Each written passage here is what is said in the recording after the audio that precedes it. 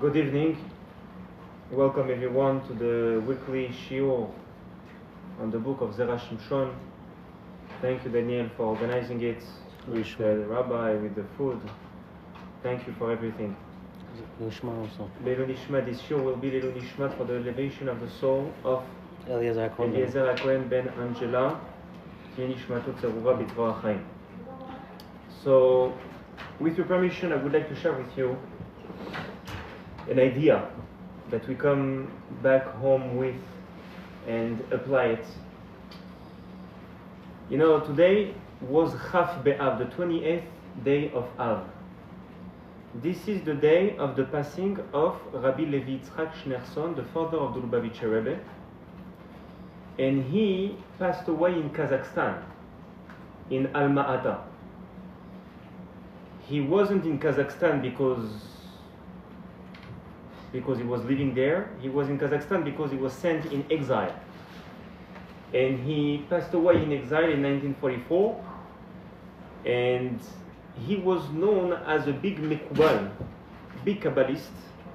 And just to show respect to Rabbi Levi Yitzchak, I would like to share with you one of his ideas of Kabbalah that are also practical for everyone. You know, according to Kabbalah, there is kindness and judgment, chesed and gvura. And this can be also seen in our life. Sometimes we achieve, sometimes we are happy, sometimes we succeed. This is kindness. But there are other times that we don't achieve, we fail. And this is coming from judgment. So the question that we might have is, how can we make sweet judgment? In business, it doesn't go, right? And we want to make it going. Is there a segula that we can do in order to make sweet the judgment and to be able to succeed again in the business? So Rabbi Levi says that the way of making sweet judgment is by the letters. What does that mean? The pasuk says, "Ve'ele hamishpatim asher tasim lifnehem." This is parshat Mishpatim. Hashem says to Moshe, these are the laws that you are going to put in front of them, the Jewish people. But lifnehem in Hebrew, it means in front of them, the Jewish people, or lifnehem, it's before them. Lifnehem, before them. And he says like this, Ele hamishpatim, here are the laws, but mishpat also is a sentence. Mishpat can be also a word, mishpat. So if you want to make sweet something, you need to take the name of it and to put the letter lifnehem, one before. And he gives an example.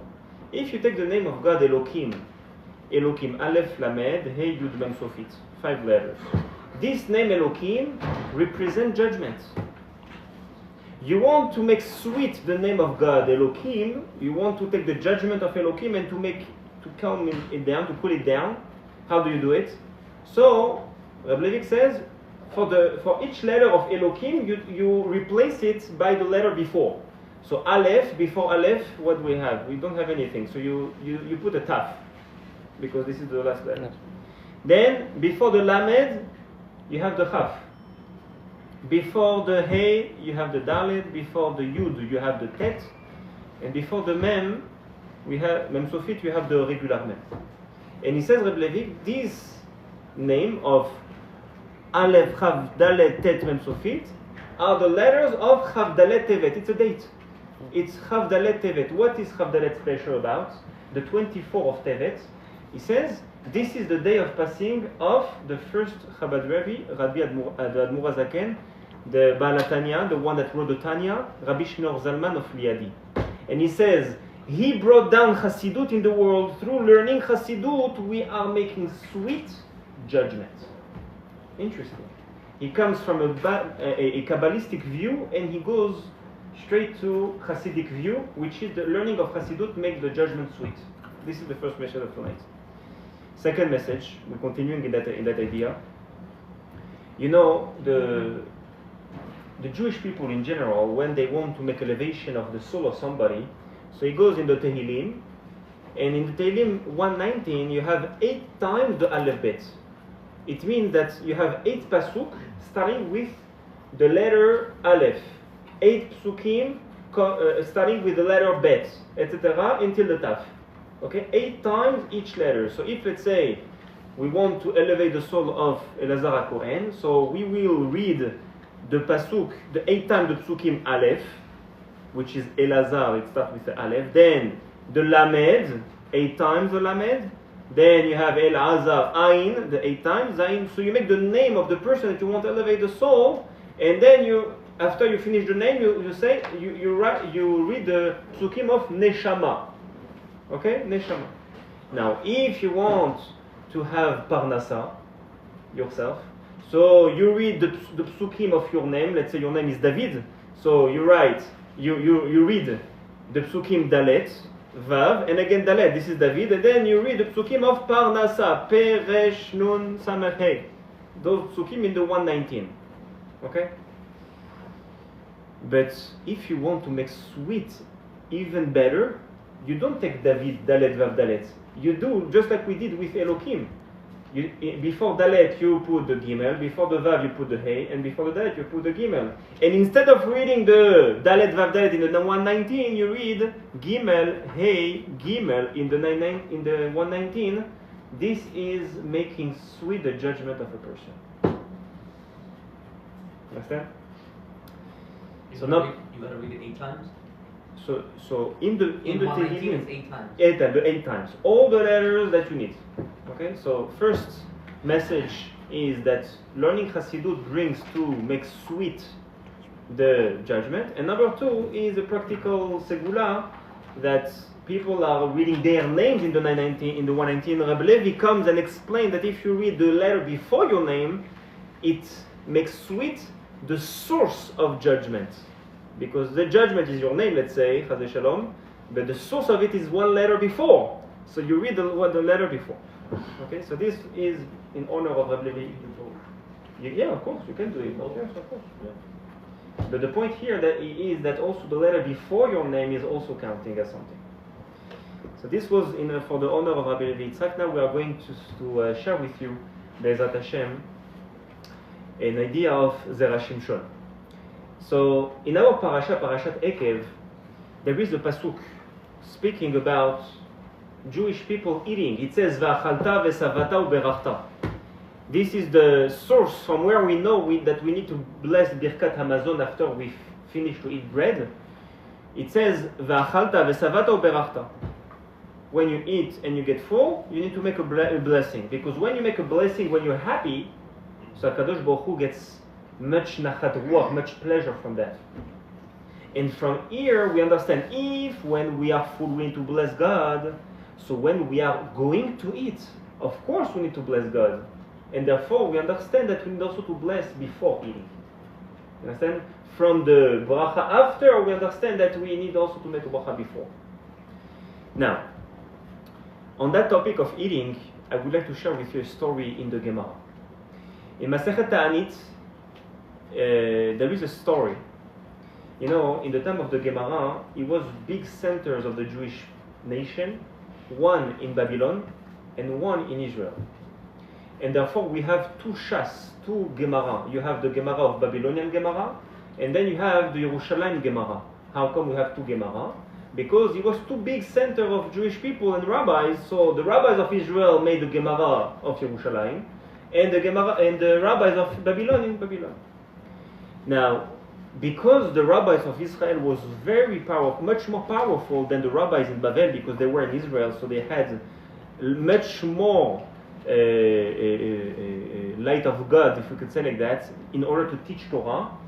So very often the rabbis of Israel used to go to Babel to share with the rabbis of Babel the new chidushim, novelty of Torah that they learned in Israel, and they want to share with them. Okay. One of the rabbis that once came to Babel was Rabbi Yitzchak. Rabbi Yitzchak was a rabbi in Israel, and he went down to Bavel to meet his friend Rav Nachman. Rav Nachman was very wealthy, well respected because he was one of the best top rabbis at the time. And he went to him, Rav Nachman hosted Rabbi Yitzchak. At one point, Rabbi Yitzchak and Rav Nachman sat down to eat together. And in the middle of eating, Rav Nachman, who is the host, says to Rabbi Yitzchak, you're coming from Israel. Usually the rabbis of Israel are sharing new halachot, new laws, new chidushim. Maybe you can share with me something. So Rabbi Yitzchak very seriously responds to Rav Nachman. He says, Rav Nachman, my teacher in Israel, which is Rabbi Yochanan, taught me that when we are eating, we do not speak because it's dangerous. Now, at the time of the Gemara 2000 years, today is obvious because it can shock. But 2000 years, we didn't know all the mechanisms how it's working. But he has a teaching from Rabbi Yochanan that we do not speak while we're eating. No. Why? Because it's dangerous. And Rav Nachman, who was well respected, it's not respectful to say that to Rav Nachman. He remained quiet. They continued to eat. After they finished the food, the meal, Rabbi Yitzchak is sharing a tremendous chidush that he learned from Rabbi Yochanan about the eternity of the Jewish people, about the eternity of Yaakov Avinu. He says, Yaakov Avinu lo met, Yaakov Avinu didn't die, didn't pass away. And he says, because his descendants are alive, therefore Yaakov Avinu also is alive. And he's telling a big teaching that we are not going to bring now. But he said a big lecture, if you could say, to Rav Nachman after the meal.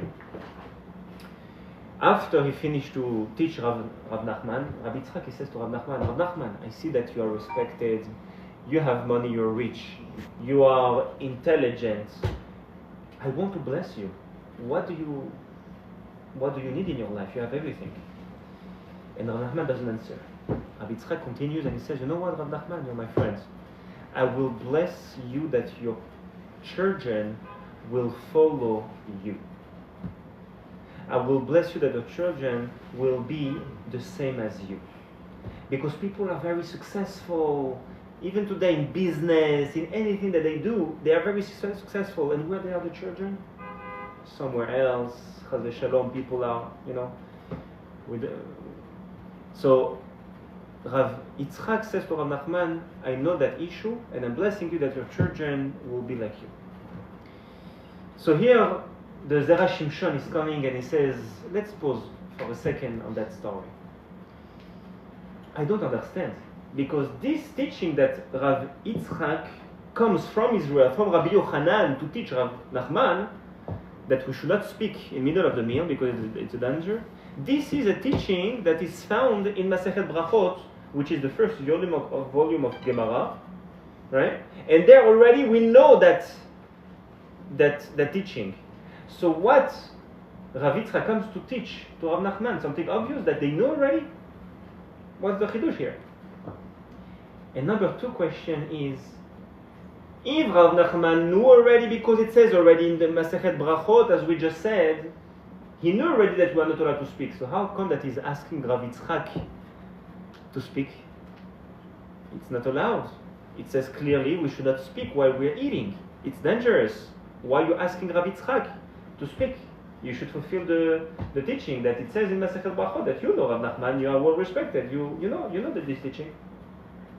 And here comes a tremendous answer of the Zera Shimshon, and this answer has also a practical aspect in a daily basis. The halacha says, and this is obvious because everybody is doing it on Shabbat. When the family is sitting around the table on Shabbat, so the father, the one, the older one, is taking the chalot after the kiddush. He's taking the chalot. He's making the blessing hamotzi lechem min haaretz, and everybody says amen. And by saying amen, they don't need to repeat the bracha hamotzi lechem min haaretz when they get their piece of bread, because they said amen. So they were yotzei they fulfill the mitzvah of the bracha by saying Amen. Okay? Now the question is, if in the middle of the meal, everybody's eating and all the salads and everything, and suddenly one of the people around the table takes his cup of wine and he says, guys, answer Amen, Baruch Atah Hashem, Borei Perei HaGefen, and he wants everybody to say Amen. Is he allowed to do that? So the halacha says no, because this is a danger. You cannot speak while you are eating. And if he says the bracha Borei Perei HaGefen and somebody is in the middle of swirling something and he wants to answer Amen, and in the meantime also swirling, he will get shocked. This is a danger. So you should not do that.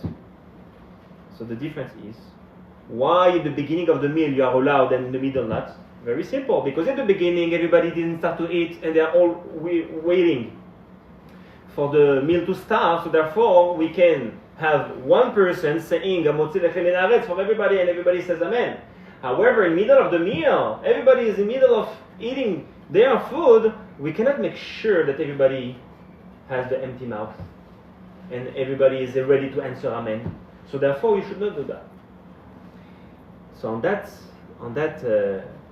teaching, the Tosfot asks a question, and he says, if let's say the person that wants to make Borei Perei HaGefen in the middle of the meal, he says, hey guys, just put away your knives and your forks.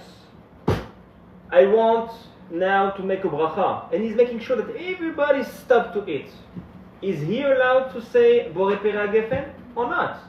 Because if you say that the whole reason of not saying Borei Perei HaGefen is because of danger, here there is no danger because he made sure that everybody stopped to eat. Is he allowed or not? So Tosfot is answering, in that situation, he is allowed. He is allowed if he's making sure that everybody is not eating. He is allowed in the middle of the meal saying Borei Perei HaGefen for everybody to say Amen.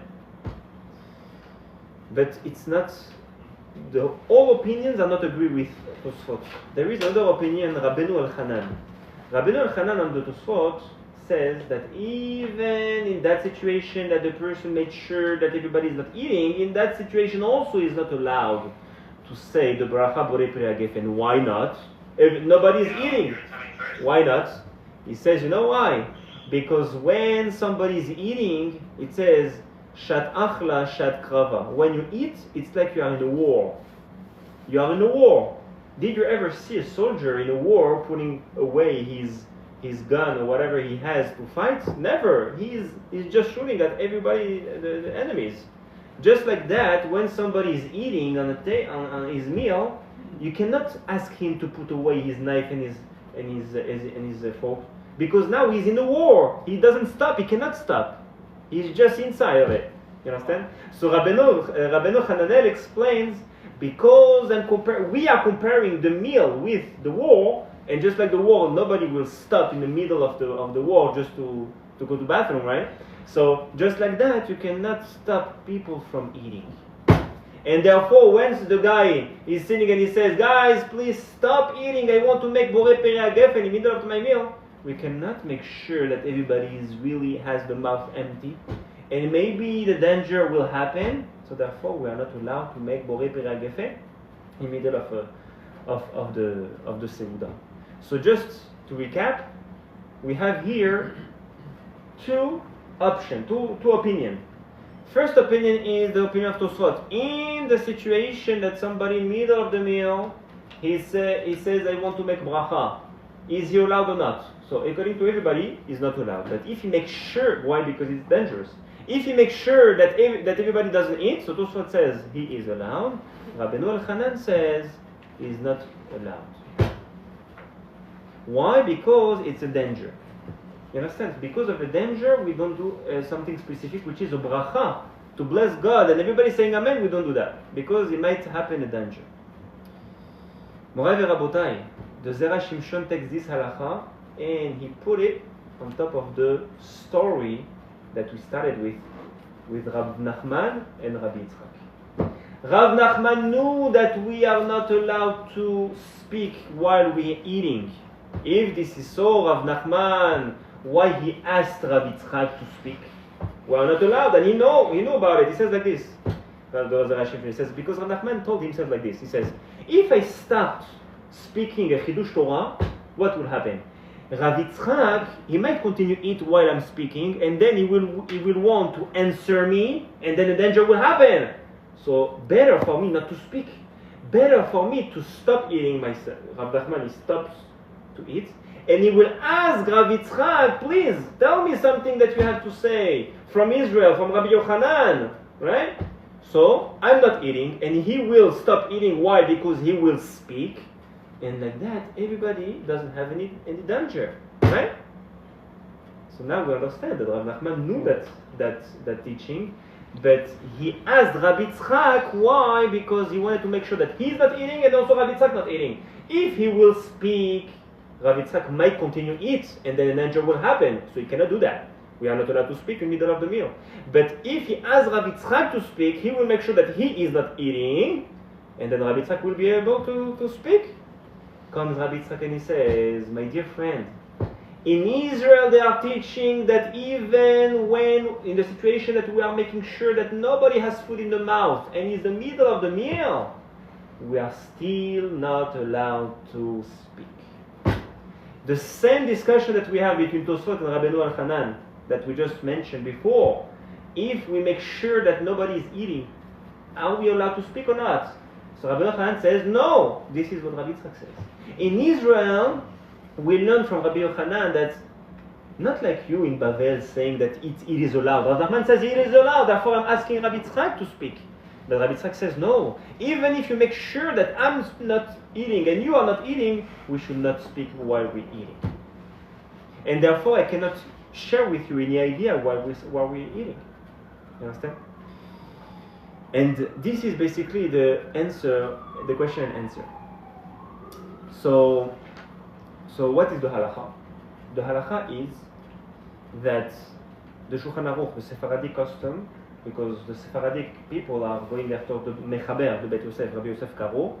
Rabbi Yosef Karo says, like Tosfot, that you are not allowed to speak while you're eating, but if you make sure that nobody is eating, right, you are allowed to make a bracha or to say something because no danger will happen. You make sure that everybody is not eating. But the Rama, the Ashkenazi